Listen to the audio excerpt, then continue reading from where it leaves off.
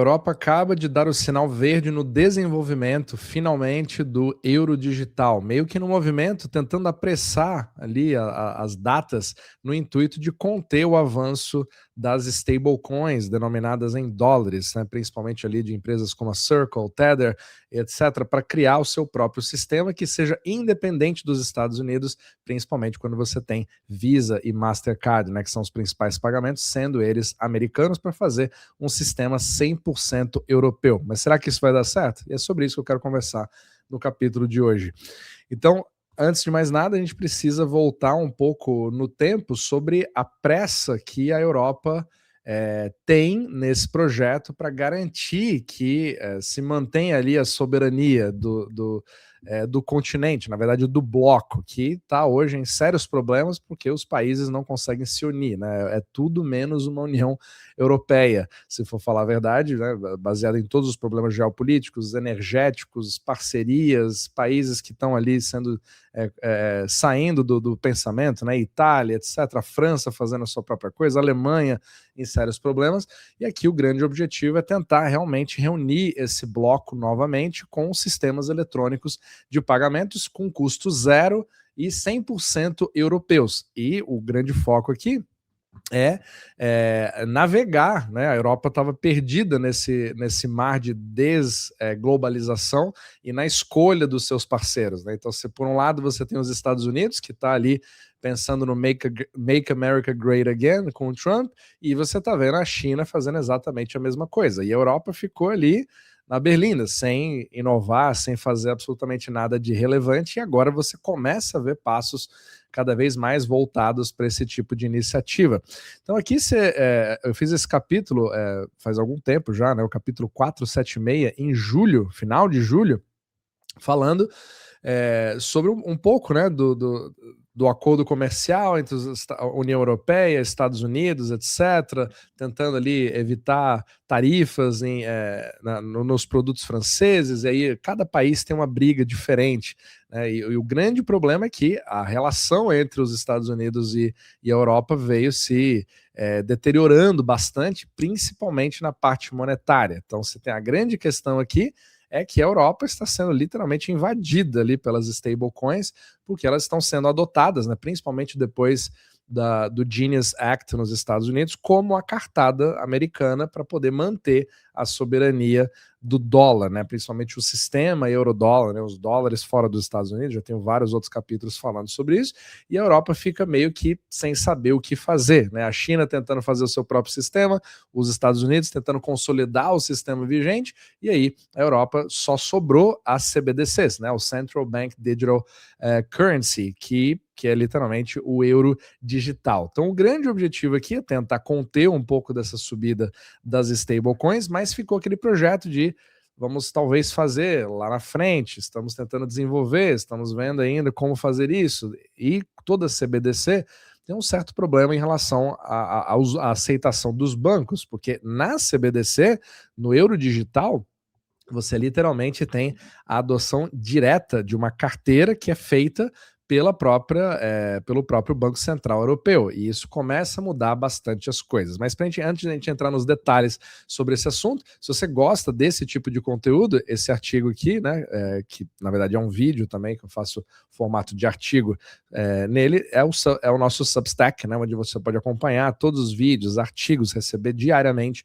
no seu e-mail e também poder assistir aqui nessa plataforma. E membros também podem ver a nossa Universidade Omnimacro, onde você entende exatamente como que funciona a liquidez global, a guerra de todas essas moedas, né, para onde vai a liquidez do mundo, e também a gente ajuda com o nosso portfólio Omnimacro, mostrando um pouco do que nós estamos fazendo nesse mundo de caos, porque 2026 realmente promete ser literalmente um ano com tanta volatilidade ou mais do que 2025, por todo o contexto e a mudança radical no sistema monetário e todos esses blocos que estão acontecendo. E, aproveitando a deixa, eu quero convidar você a participar agora da nossa próxima Masterclass, um evento completamente gratuito, onde nós vamos falar sobre os 4 principais paradigmas que os Estados Unidos estão vivendo hoje, numa mudança radical que o governo atual está tentando fazer, mas que afeta o mundo inteiro, e como funciona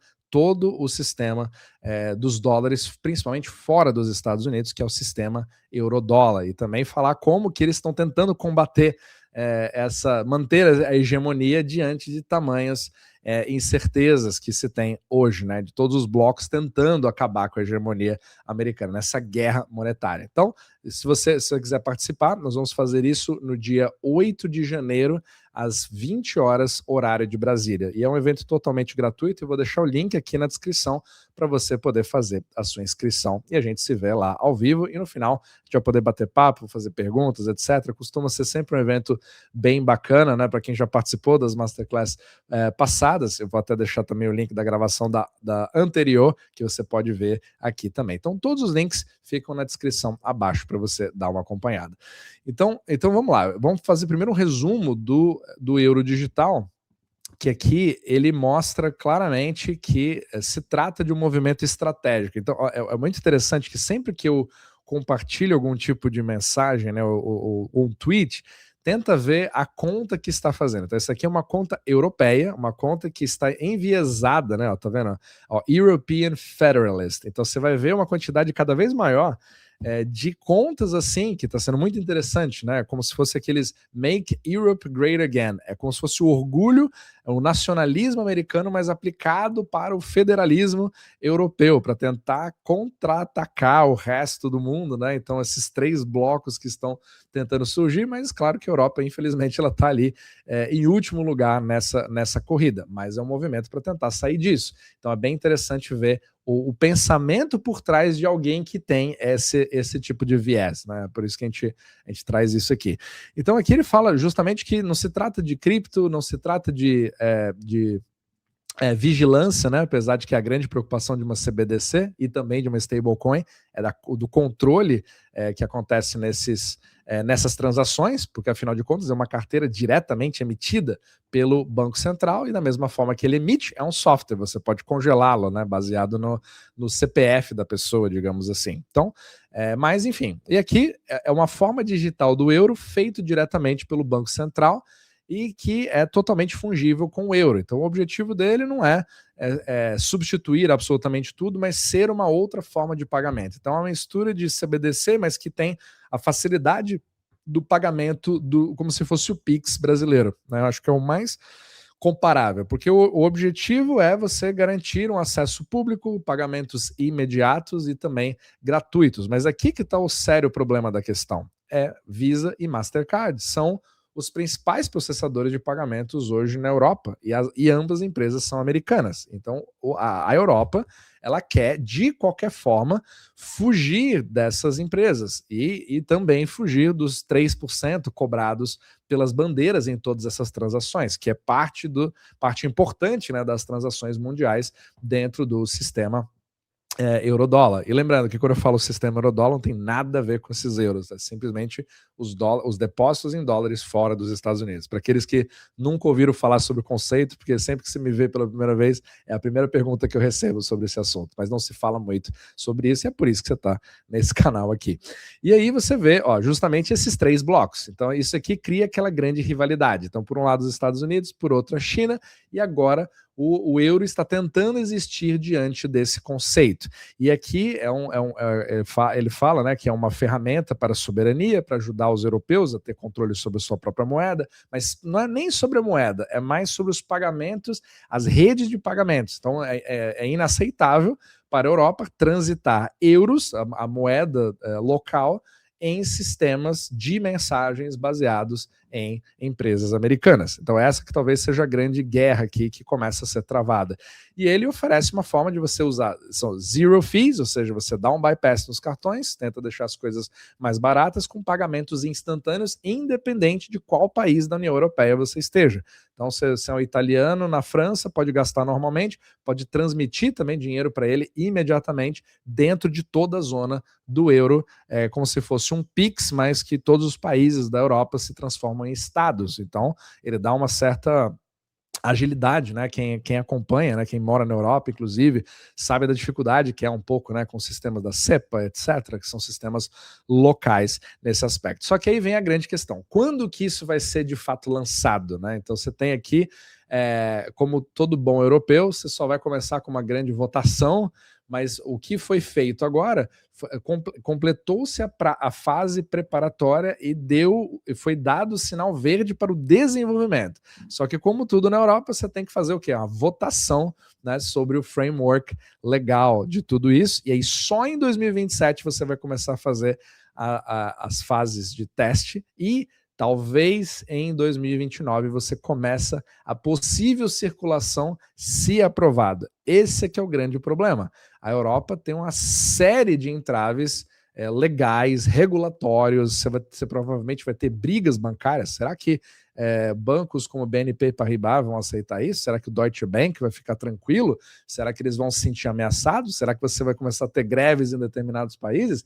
Esse é o grande problema da Europa hoje, para você querer transformar isso em um bloco. Cada país pensa de um jeito diferente. E não, não deixando aqui de citar, no meio de uma guerra ali no próprio quintal, né, tentando ali fazer o fim dela. Mas eles soltaram essa cartilha também, que você pode dar uma olhada aqui, tá no site da União Europeia, mostrando claramente, né, como que ele quer fazer, em princípio, a parte técnica dele, para permitir ali, tá escrito privacidade, né, se você quiser acreditar nessa parte, tudo bem, não tem problema nenhum, e aí você paga em qualquer lugar da zona do euro e para se transformar como cash mesmo. É literalmente o Pix, um semi-Pix, né, um pouquinho mais direto talvez, porque ele também funcionaria de forma offline. E eles mostraram vários vídeos, quando você olha o vídeo oficial, ele mostra a pessoa literalmente encostando com o próprio celular, como se fosse um Apple Pay, Android Pay, etc.,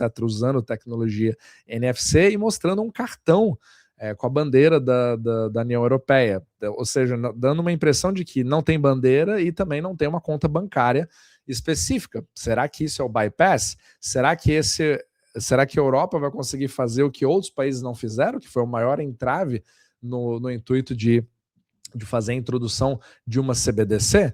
Essa é exatamente a pergunta que a China está se fazendo também, né? Porque eles também tentaram o Yuan e não deu tão certo. Então dá uma olhada aqui, né? Você vê o desenho do próprio aplicativo e você tem como se fosse Digital Euro Account. Então você vê como se fosse um Apple Pay mesmo da vida, né? Um wallet, Android Pay, etc., com saldo, etc., vendo as transações, só que diretamente emitido pela ECB, né? Pelo Banco Central Europeu. E aí tem uma série de coisas, ó, as transações digitais, eles são ótimos nesse aspecto. Eles já falam do limite que vai ser ainda a ser determinado, né? Quanto que você vai poder segurar numa carteira, ou seja, você não pode colocar 1 milhão de euros aí de uma vez só, e quanto que você vai poder colocar, né? Ó, digamos que você tem um holding limit, ou seja, você tem um máximo de 1.000 euros. Então, se você receber um pagamento acima disso, a sua conta, o dinheiro a mais vai direto para sua conta bancária. Então você percebe ali que é meio que um cash, um bolsa, um wallet, é uma coisa, não significaria uma representação de uma conta bancária em si, mas sim uma wallet com valores pequenos. Será que isso pega? Será que europeus, principalmente na Alemanha, que é um dos países que é mais resistente a qualquer tipo de pagamentos online, cartões de crédito, etc., e gostam mesmo de usar o dinheiro físico em espécie, tudo isso resta ver. Só que o problema é o prazo. Então, se você chegar ali em 2029, qual terá sido o avanço de stablecoins nesse momento? E qual será o problema com os sistemas chineses, por exemplo, que vão tentar entrar cada vez mais? Union Pay, por exemplo, né, que também é um processador de cartão de crédito, ele vai poder, ele também vai ser repelido, né, nesse tipo de sistema. Tudo isso a gente precisa ver o que vai acontecer, mas com certeza, 2026 para frente, nós teremos aí várias notícias nesse aspecto, nessa grande guerra monetária, porque realmente não sabemos para onde as coisas vão, para onde vai a liquidez do mundo, mas a gente vê cada vez mais uma fragmentação, apesar de termos um mundo hoje muito mais interconectado pela tecnologia do que muitos imaginam.